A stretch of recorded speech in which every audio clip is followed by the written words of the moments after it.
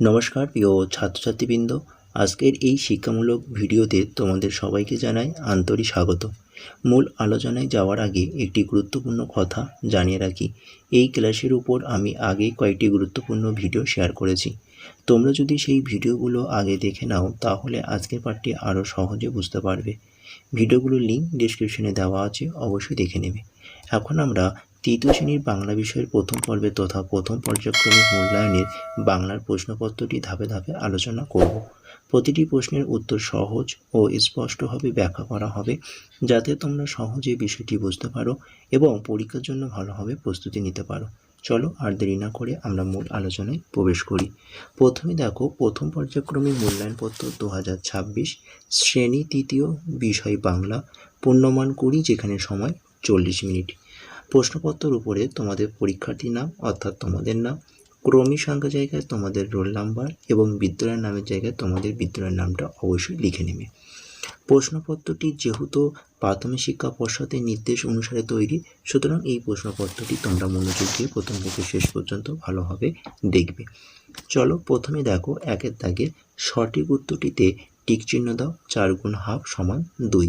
প্রথম প্রশ্ন নাম্বার ক, চাষির ছেলে ফসল কাটার পর তা দোকানে, হাটে, বাজারে বিক্রি করে। চাষির ছেলে ফসল কাটার পর তা হাটে বিক্রি করে। নাম্বার খ, শিকারি বাঘকে খেতে দিয়েছিল মাংস, ঠান্ডা জল, চা। শিকারি বাঘকে খেতে দিয়েছিল ঠান্ডা জল। নাম্বার গ, শিশুটির সব ভাবনায় হিসেবি, বেহিসেবি, নজর কাড়া। শিশুটির সব ভাবনায় বেহিসেবি। চলো পরের প্রশ্ন নাম্বার ঘ, বাতাস পাতা শুঁকে শুঁকে চলে গেল। বাতাস পাতা উড়িয়ে চলে গেল। বাতাস পাতা ঝরিয়ে চলে গেল। এখানে সঠিক উত্তর হবে বাতাস পাতা শুঁকে শুঁকে চলে গেল। নাম্বার 2, এলোমেলো বর্ণগুলিকে সাজিয়ে লেখো। 3 গুণ 1 সমান 3। প্রথম প্রশ্ন নাম্বার ক, কয়াকার খন্দের ত র চ হস্যই। সাজিয়ে লিখলে হবে চ হস্যই খন্দের ত কয়াকার র, চিৎকার।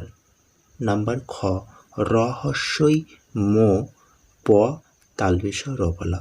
প র হস্যই তালবেশ রফলা মো, পরিশ্রম। নাম্বার গ, দ হস্যই রয়াকার দন্তন্য দন্তস আকার। সাজালে হবে দন্তস আকার রয়াকার দ হস্যই দন্তন্য, সারাদিন।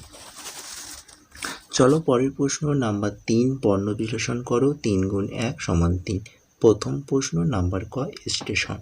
স্টেশন শব্দটির বর্ণ বিশ্লেষণ করলে হবে দন্ত স যোগ ট যোগ এ যোগ তালবেশ যোগ অ যোগ দন্তন্য। নাম্বার খ, মৌমাছি।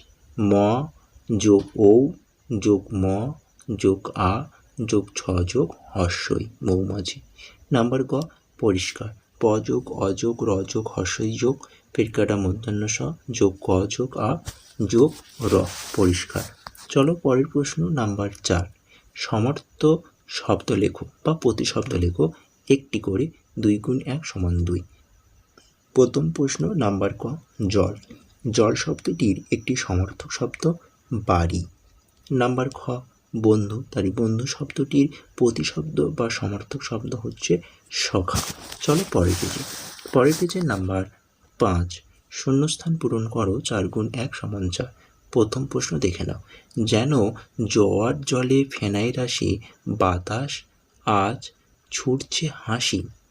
আজ বিনা কাজে বাজিয়ে বাঁশি কাটবে সকল বেলা।